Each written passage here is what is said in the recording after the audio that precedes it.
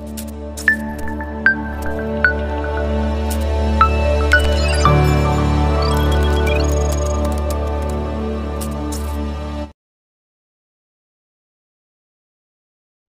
Friends, నమస్తే. అందరూ బాగున్నారా?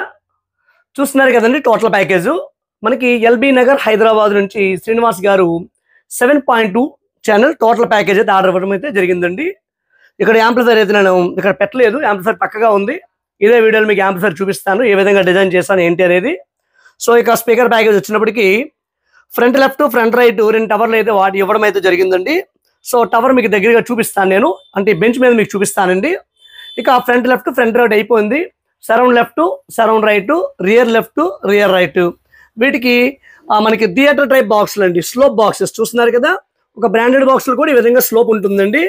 స్లోప్ కాస్త ఎక్కువ ఉంటుంది కాబట్టి కాస్త ఒక 6 నుంచి 7 అడుగులు ఎత్తులో పెట్టుకుంటే సౌండ్ అనేది కిందకి రావడం జరుగుతుందండి. సో ఈ స్లోప్ బాక్స్లు ఇవ్వడం జరిగిందండి. సెంటర్ కూడా చిన్న స్లోప్ అయితే ఉంటుంది. సో ఈ విధంగా స్పీకర్లు ఉన్నాయి. అయితే సబ్బులు వచ్చినప్పటికీ ఇక్కడ 2 టైప్ సబ్బులు అయితే ఇస్తున్నాను. ఒకటి ఫ్రంట్ డబల్ ఫైర్, ఇది స్క్రీన్ దగ్గరగా పెట్టుకుంటే ఫ్రంట్ డబుల్ ఫైర్ కాబట్టి ముందు నుంచి ఎయిర్ వస్తూ బేస్ చక్కగా వస్తుంది. ఇక రెండో సబ్ ఓవర్ వచ్చినప్పటికి బ్యాక్ ఫైర్. రీసెంట్గా మనం శ్రీకాకుళం రాజేష్ గారికి బ్యాక్ ఫైర్ సబ్ ఇచ్చానండి. చాలా అంటే చాలా చక్కగా మంచి బేస్ అనేది వస్తుంది. సింగిల్ సబ్ అయినప్పుడు కూడా చాలా మంచి బేస్ వస్తుంది. సో ఒక బ్యాక్ ఫైరు, ఒక ఫ్రంట్ డబుల్ ఫైరు, 2 రకాల సబ్ ఓఫర్ ఇవ్వడం అయితే జరిగిందండి. సాధ్యమైతే ఈ సబ్ ఓఫర్ని వెనుక వైపు కానీ మధ్యలో కానీ పెట్టుకుంటే మంచి క్వాలిటీ అనేది వస్తుందండి.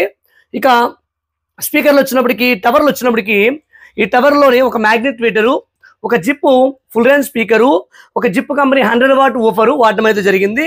ఇందులో 3-వే క్రాస్ ఓవర్ యూజ్ చేశాను. సేమ్ యాజ్ యూజువల్గా రెండో టవర్లో కూడా అదేవిధంగా 3-వే క్రాస్ ఓవర్ అయితే యూజ్ అయితే చేయడం అయితే జరిగిందండి. ఇక surround left surround right, rear left rear right, centre వీటిలోని 2-వే క్రాస్ ఓవర్ యూజ్ చేశాము. Zip magnet meter, zip company full range స్పీకర్లు అయితే ఇవ్వడం అయితే జరిగిందండి. ఇక సబ్ ఓఫర్లు వచ్చినప్పటికీ JBL 1500 watt peak power, 325 watt RMSతో 2 సబ్బులు అయితే ఇవ్వడం అయితే జరుగుతుంది. ఈ సబ్బులో ఫోమ్ కూడా ఫిల్ చేసి ఉంటుందండి. సో చాలా చక్కగా వస్తుంది. ఇక మన యాంప్లిఫైర్ ఏ విధంగా డిజైన్ చేస్తాను ఏంటి అనేది కూడా మీకు నేను చూపిస్తాను. ఒకసారి టవర్ ఏ విధంగా ఉంది ఒకసారి చూపిస్తాను చూడండి. చూస్తున్నారు కదండి, టవర్ అయితే ఈ విధంగా ఉంటుంది. ఇది హైట్ వచ్చినప్పటికి 40 నుంచి 42 ఇంచుల ఎత్తులో ఉంటుందండి. సో ఇక్కడ 2 ఛాంబర్స్ ఉంటాయి, అంటే పైన ఒక బాక్స్ కింద ఒక బాక్స్ అని చెప్పుకోవచ్చు.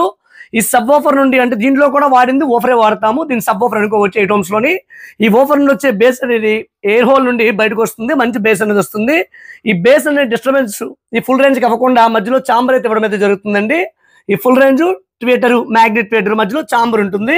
ఈ విధంగా 3-వే టవర్స్ అయితే ఇవ్వడం అయితే జరిగిందండి. సో ఈ విధంగా స్పీకర్ ప్యాకేజ్ స్పెషల్ ఇవ్వడం అయితే జరిగింది. ఒకసారి యాంప్లిఫైర్ చూద్దాము, సౌండ్ టెస్టింగ్ కూడా చూపిస్తాను. చూసే ముందు ఇంకా మన ఛానల్ ఎవరైనా సబ్స్క్రైబ్ చేసుకోకపోతే సబ్స్క్రైబ్ చేసుకోండి, లైక్ చేయండి, కామెంట్ చేయండి, షేర్ చేయండి. ఈ ప్రైస్ డీటెయిల్స్, అంటే మన శ్రీనివాస్ గారికి ఈ సెట్ ఎంత ప్రైస్కి ఇచ్చాను ఏంటి అనే ప్రైస్ డీటెయిల్స్ అనేది ఇదే వీడియో డిస్క్రిప్షన్లో పెడతాను, అక్కడికి వెళ్ళైతే మీరు చూడొచ్చు. ఓకేనా ఫ్రెండ్స్, ఇప్పుడైతే వీడియోలోకి పోదాము. ఫ్రెండ్స్ చూస్తున్నారు కదా, ఎల్బీ నగర్ నుంచి శ్రీనివాస్ గారు ఆర్డర్ చేసిన యాంప్లిఫైర్ ఫ్రంట్ లుక్ ఈ విధంగా ఉందండి. కంప్లీట్ బ్లాక్ కలర్ ప్యానల్ అయితే తీసుకున్నాము. ఇది 7.2 ఛానల్ యాంప్లిఫైర్. ఇది గోల్డ్ కలర్ బాటమ్ బుస్లో అయితే తీసుకున్నామండి. Control back side blue colour లైట్లు అయితే ఇవ్వడం అయితే జరిగింది. ఒకసారి యాంప్లిఫైర్ ఇంటర్నల్ ఏ విధంగా ఉందో చూపిస్తాను. ఆఫ్టర్ సౌండ్ టెస్టింగ్ అనేది చేద్దామండి. లాంగ్ వే నుండి చూస్తే యాంప్లిఫైర్ ఇంటర్నల్ ఈ విధంగా డిజైన్ అయితే చేశాను. డ్యూయల్ ట్రాన్స్ఫార్మర్ తీసుకున్నాను, అంటే 2 సబ్ ఓఫర్ బోర్డ్స్. ఇక్కడ సబ్ ఓఫర్ బోర్డు వచ్చినప్పటికీ కుమార్ ఆడియో థండర్ మోనో, ఈ 2 సబ్ ఓఫర్ బోర్డ్స్ కి ఒక ట్రాన్స్ఫార్మరు, డ్యూయల్ పవర్, ఒక సింగిల్ పవర్ సప్లై యూజ్ చేశాను. అదేవిధంగా ఇంకో ట్రాన్స్ఫార్మర్ అనేది ఈ యొక్క 7 ఛానల్, అంటే front left front right Kumar stereo, surround left surround right, rear left rear right, సెంటర్కి శక్తి 10 MOSFET బోర్డు యూజ్ చేశాను. వీటికి ఒక ట్రాన్స్ఫార్మర్ అయితే రన్ అయితే చేయడం అయితే జరుగుతుంది. ఇక చూస్తున్నారు కదా, ఇది సప్రియామ్ బోర్డు, రెగ్యులర్గా యూజ్ చేసేది. ఇక స్పీకర్ ప్రొడక్షన్ బోర్డు వచ్చినప్పటికీ 9 ఛానల్ స్పీకర్ ప్రొడక్షన్ బోర్డు అండి. ఈ 7 రిలేస్ 7 ఛానల్కి, ఆ 2 రిలేలు కనిపిస్తున్నాయి చూడండి, పెద్ద రిలేలు. ఇవి సబ్ ఓఫర్ 2 సబ్ ఓఫర్లకి ఈ యొక్క బోర్డు అయితే యూజ్ అయితే చేయడం అయితే జరిగింది. సో ఇక రిమోట్ కిట్ వచ్చినప్పటికి ఆస్ట్రా వెర్షన్ 8 రిమోట్ కిట్ అండి. ఇది డాల్బీ డిజిటల్ DTS అనేది చక్కగా సపోర్ట్ అవుతుంది.